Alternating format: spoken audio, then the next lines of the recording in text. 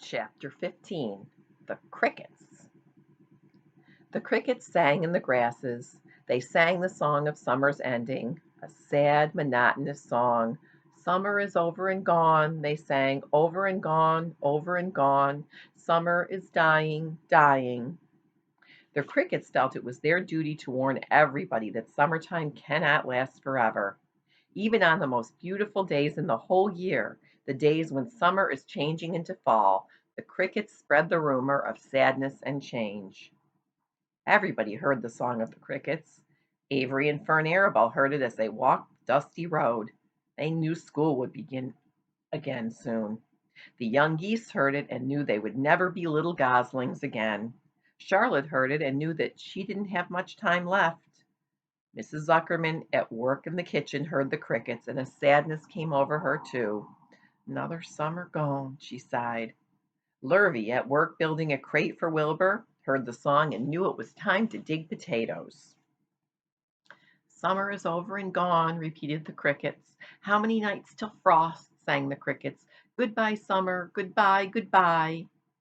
The sheep heard the crickets, and they felt so uneasy they broke a hole in the pasture fence and wandered up into the field across the road.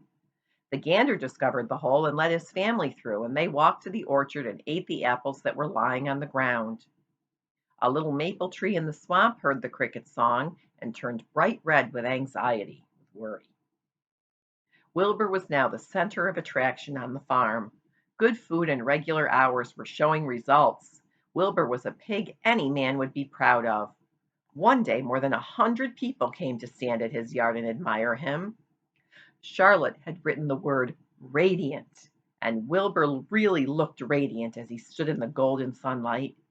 Ever since the spider had befriended him, he had done his best to live up to his reputation. When Charlotte's web said terrific, Wilbur had tried to look terrific. And now that the web said radiant, he did everything possible to make himself glow. It is not easy to look radiant, but Wilbur threw himself into it with a will. He would turn his head slightly and blink his long eyelashes. Then he would breathe deeply. And when his audience grew bored, he would spring into the air and do a backflip with a half twist.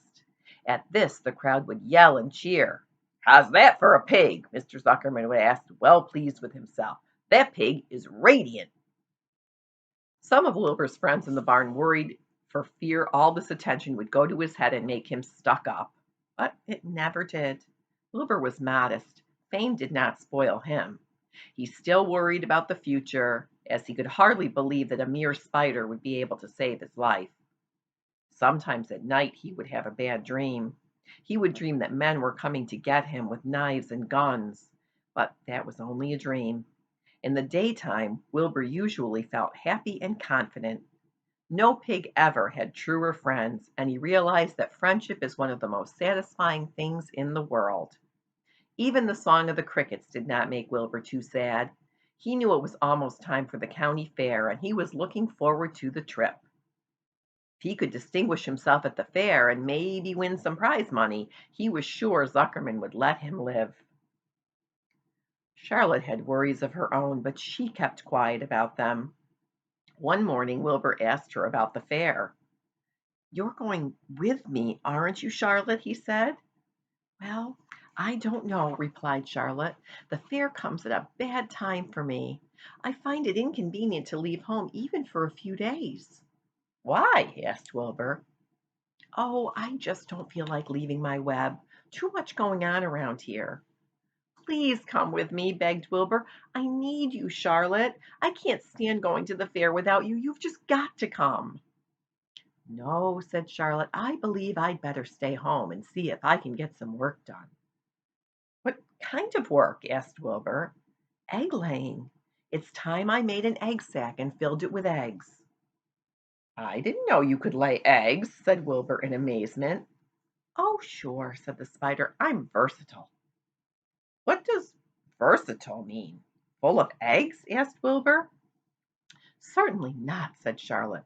Versatile means I can turn with ease from one thing to another. It means I don't have to limit my activities to spinning and trapping and stunts like that. "Why don't you come with me to the fairgrounds and lay your eggs there?" pleaded Wilbur. "It would be wonderful fun." Charlotte gave her web a twitch and moodily watched it sway. "I'm afraid not," she said. "You don't know the first thing about egg laying, Wilbur. I can't arrange my family duties to suit the management of the county fair. When I get ready to lay eggs, I have to lay eggs, fair or no fair. However, I don't want you to worry about it. You might lose weight. We'll leave it this way. I'll come to the fair if I possibly can." "Oh, good," said Wilbur. "I knew you wouldn't forsake me just when I need you most." All that day Wilbur stayed inside, taking life easy in the straw. Charlotte rested and ate a grasshopper. She knew that she couldn't help Wilbur any longer. In a few days she would have to drop everything and build the beautiful little sack that would hold her eggs.